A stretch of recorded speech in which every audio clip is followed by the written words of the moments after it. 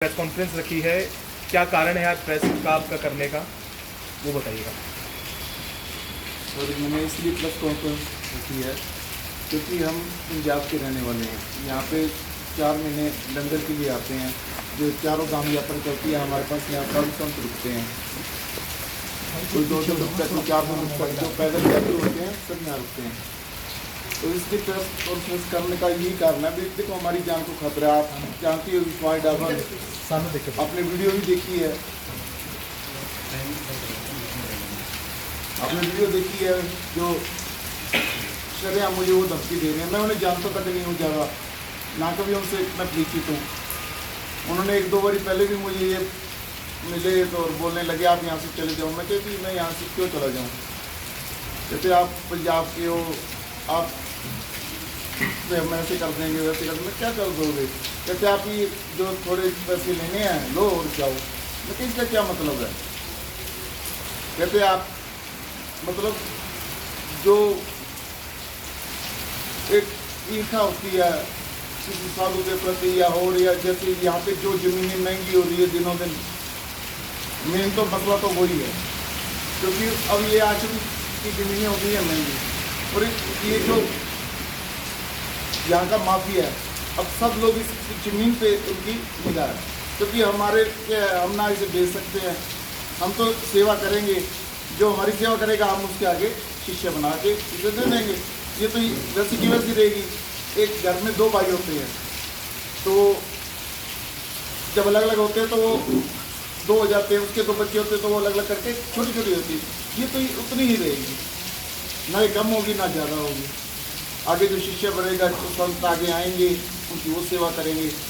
तो अब इतनी जगह देख के तो आप भी देख ही रहे हो यहाँ क्या आजकल ज़मीनों के रेट चल रहे हैं।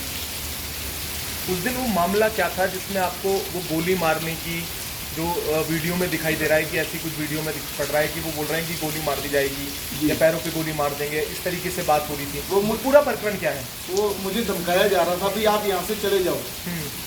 अगर आप पहले उन्होंने मेरे से बात की बिना वीडियो से भी, अगर कुछ पैसे लेने हैं 2-4-5 करोड़ रुपया तो मैं आश्रम का दिलवा देता हूँ। मैंने कहा मैंने पैसे वैसे मैंने क्या करने, हम तो सेवा करते हैं। कहते अगर लेने तो ठीक है, ये तो हम आपको गोली मरवा देंगे। हमारा यहाँ पे बोलबाला है, आप बाहर के रहने वाले हो, आपने कभी को आना है नहीं आना, आपके आगे पीछे तो कोई है नहीं, हमारे पे क्या कार्रवाई होनी है। हम यहाँ के मतलब लोकल हैं या कुछ लगा लो। तो हम भी थोड़ा डर गए, तो ये क्या हो गया। हमें यहाँ से ले गए, पुलिस ने सारा दिन थाने में बिठा के रखा, ये बच्चे को भी बिठा के रखा। मैंने कहा क्यों बिठा के रखा, कहते यार सुबह से लेकर शाम तक बिठा और रात को छोड़ दिया। रात को छोड़ दिया फिर मैं यहाँ आ गया, कोई मतलब ही नहीं समझ आया। मतलब मेंटली टॉर्चर कर रहे हैं, मुझे परेशान कर रहे हैं भी यहाँ से चला जाए किसी तरीके से, हमें सेल कर दे। अभी हाई कोर्ट भी आप लोग गए? मैं हाई कोर्ट गया था, तो हाई कोर्ट में मुझे प्रोटेक्शन मिली है जी। हाँ, प्रोटेक्शन की है वो आज मतलब गए हुए, मतलब यहाँ पे ही है 2 दिन से प्रोटेक्शन। आज नहीं आई है, पता नहीं क्या बात है क्यों नहीं। गनमैन यहाँ पे ही। तो आज कहाँ है? आज पता नहीं, मैंने उसे फ़ोन ही लाया, आज आया नहीं वो। मैंने कहा भाई क्यों भाई, जब तुम्हें हाई कोर्ट से है। कुछ ड्रग्स के आरोप भी आपके ऊपर पूर्व में लगाए गए थे, वो क्या कुछ मामला है, क्या इसी से रिलेटेड है सारा? ये प्रॉपर्टी है, ऐसे ही पंजाब में हमारी प्रॉपर्टी है जी सर। वहाँ मैं कोर्ट केस जीत गया, वहाँ पे मैंने 30 बीघा ज़मीन खाली कराई थी जी। वो 30 बीघा ज़मीन खाली कराने के कारण इन्होंने लॉकडाउन में मेरे को उठवा के केस दिलवा दिया जी। अब मैंने कहा चलो ठीक है, आपने मेरे को केस दिलवा दिया। उन्होंने देखा भी बाबा जी अगर केस डाला तो किसी पे तो आए होंगे। मेरी गाड़ियाँ तो सारी आश्रम में मेरे को ले गए। अब क्या करें भी, गाड़ियाँ सारी आश्रम में खड़ी है। फिर वापस ये भागे, पुलिस वाले भी आश्रम से कोई ना कोई गाड़ी लाओ बाबा जी की। जब गाड़ी नहीं मिली तो वहाँ से कोई 8-10 ये 30-35 हज़ार रुपये एक गाड़ी से लेके वो मेरे पे डाल दी, क्योंकि मेरी गाड़ी तो वहीं खड़ी थी। ये पीछे कौन करवा रहा है ये सब?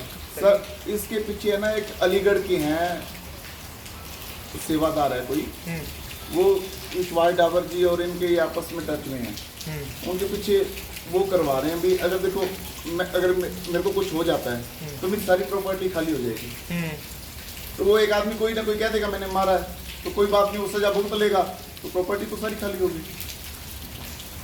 उनके लिए क्या है, मेरे पास 6 आश्रम है ऐसे जो हमारे ना तो शादी होती है ना हमारे कोई आगे पीछे है। ये बच्चे आज मेरी सेवा कर रहा है, अब कोई मेरी सेवा करेगा मैं उसको दे दूँगा। तो ये विश्वास डाबर से आपकी क्या दुश्मनी है या क्या ऐसा है, ये कब से इसका आपके साथ कुछ ऐसी रंजिशें हुई? मैंने आपको बता रहा हूँ ना, मैं तो इसे जानता तक नहीं हूँ, मैंने देखा तक नहीं से कौन है ये तो मैंने एकदम से तब देखा है जब यहाँ पे ये आया है। यहाँ के एक सेवादार था, वो लेके आए हैं, जो सेवादार आते थे यहाँ पे अलीगढ़ के, दलवीर और अनमोल, वो लेके आए हैं। जब उन्होंने देखा भी प्रॉपर्टी महंगी हो गई है और उन्होंने बड़े बाबा जी को बुला के भी अपने नाम करा के तो बोल रहे हैं मुझे ये तुम बेच दो। मैंने कहा मैंने बेच के क्या करना, मैंने किसको पैसे देने हैं। तो इसीलिए ये प्रॉपर्टी के सारा मिला है, मुझे बड़ी बड़ी थ्रेट मिल रही है। अभी किसके नाम है बाबा जी? ये मेरी पर्सनल, आदि मेरे नाम पे, आदि मेरी चाचा गुरु के नाम पे। चाचा गुरु के नाम। तो इसमें चाचा गुरु का भी कुछ रोल है क्या? चाचा गुरु हो गए हैं बुजुर्ग जी, तो मेरे को लग रहा है भाई उन्हें कोई ना कोई है ना, मतलब 83 साल है। अच्छा, मेरे को अकेले में मिलते तो अच्छी बात करते हैं, जब उनके सामने आते तो उनमें एक डर सा पैदा हो जाता है, अभी जैसे उन्हें कोई धमकाया डराया जा रहा है, उनके सामने बोलते नहीं है। आपने वीडियो में भी देखा होगा जब मेरे को ये थ्रेट कर रहे हैं, धमकी दे रहे हैं, तो मेरे चाचा गुरु मेरे साथ नहीं है, थे लेकिन वो साइड में है। थ्रेट देने वाले कौन कौन थे? ये वहीं बैठे हैं विश्वास डाबर के साथ, ये अपने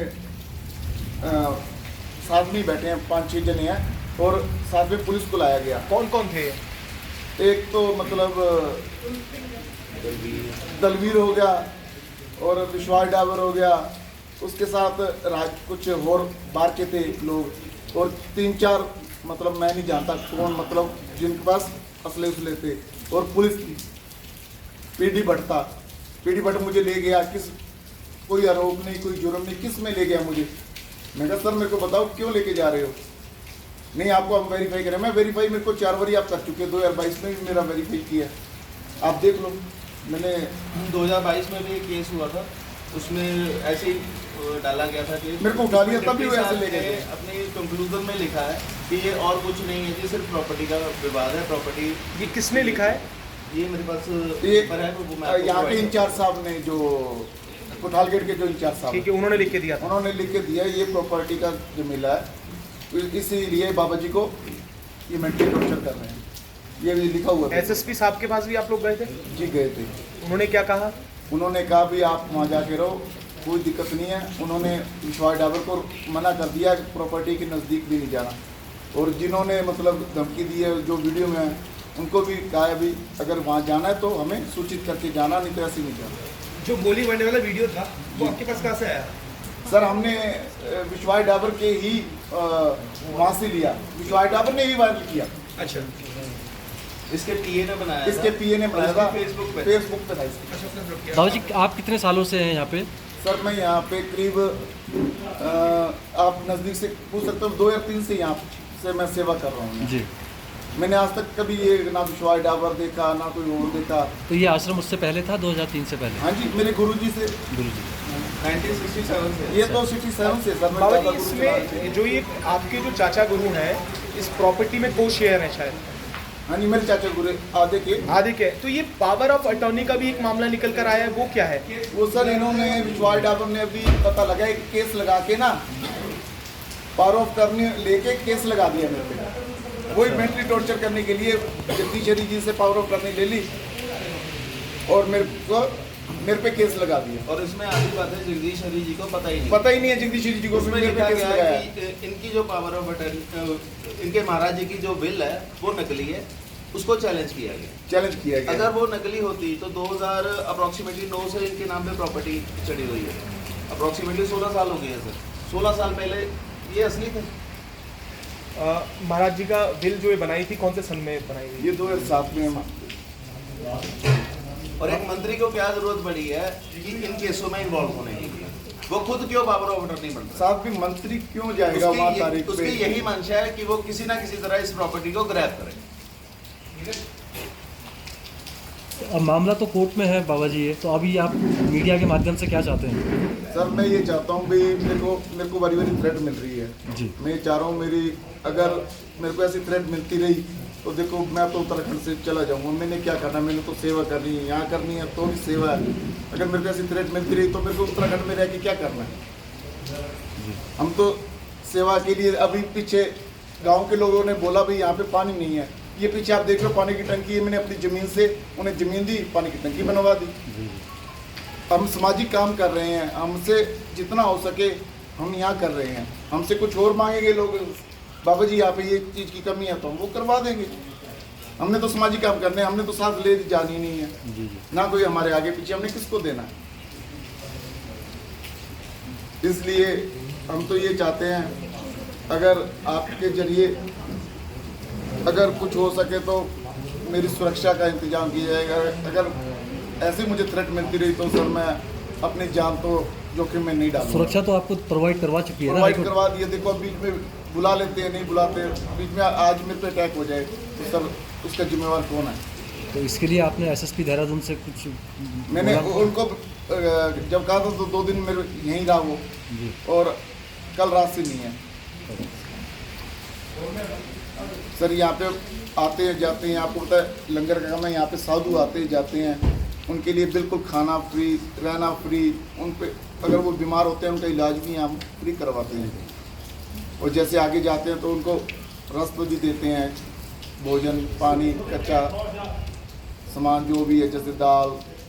और जी कोई कंप्लेंट की है आपने उस प्रकरण के बाद, जो आए थे और 180 और ये जो बात? सर मैंने कंप्लेंट डीजीपी साहब को और एसएसपी साहब को और एसपी साहब, होम सेक्रेटरी, कई जनों को मैंने ये एप्लीकेशन दी है। अभी मेरे को बारी बारी थ्रेट हो रही है, अभी उस पर कोई कार्रवाई नहीं हुई। मतलब एक बार नहीं 2 बार कोर्ट ही जाना पड़ा उसके लिए मेरे को कोर्ट जाना पड़ा। कोर्ट से मुझे प्रोटेक्शन दी गई है और उस पर आगे देखो क्या कार्रवाई करते हैं। ठीक है। इनकी खुद की सरकार है सर यहाँ पे, और सुनने में आया कि ये सीएम साहब के काफ़ी नज़दीक है, तो इस वजह से इसका थोड़ा प्रभाव है यहाँ पे और कार्रवाई नहीं हो पाई। मान लीजिए अगर कोई सिंपल इंसान ने ऐसा काम किया होता तो अब तक उठा के उसको अंदर भी दिया। ये तो हमारे सेवादार या हमारे लोग चारों तरफ है, इसी वजह से थोड़ा हम बचे हुए, नहीं तो कोई आम आदमी होता तो अब तक नहीं। आप भी देख ही रहे हो, कोई हम दूसरी जगह से आके हमने तो सेवा करनी, साल में 3 या 4 महीने रहते हैं, बिल्कुल वो भी सेवा करने आते हैं। यहाँ पे आके पैसा लगा के जाते हैं, लेके कुछ नहीं जाते। यहाँ पे जो साधु संत है उनकी सेवा करते हैं, जो यहाँ पे 24 घंटे आप कभी भी आके चेक कर सकते हो, 24 घंटे यहाँ भोजन चलता है, दिन हो रात हो। कोई यात्रु कोई एक्सीडेंट हो जाते हैं, कुछ और हो जाते हैं, रात को कोई ठिकाना नहीं होता, तो उसके लिए हम प्रॉपर खोल के देते हैं, कोई चार्जेज नहीं करते, फ्री बिल्कुल। आश्रम बना ही इसीलिए है।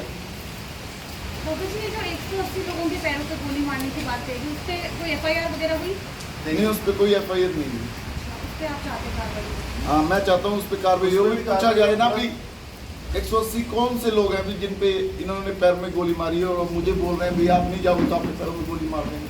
और ये मैंने तो बोल दिया, मैं कहीं यही मरवा दो, आप क्या करें।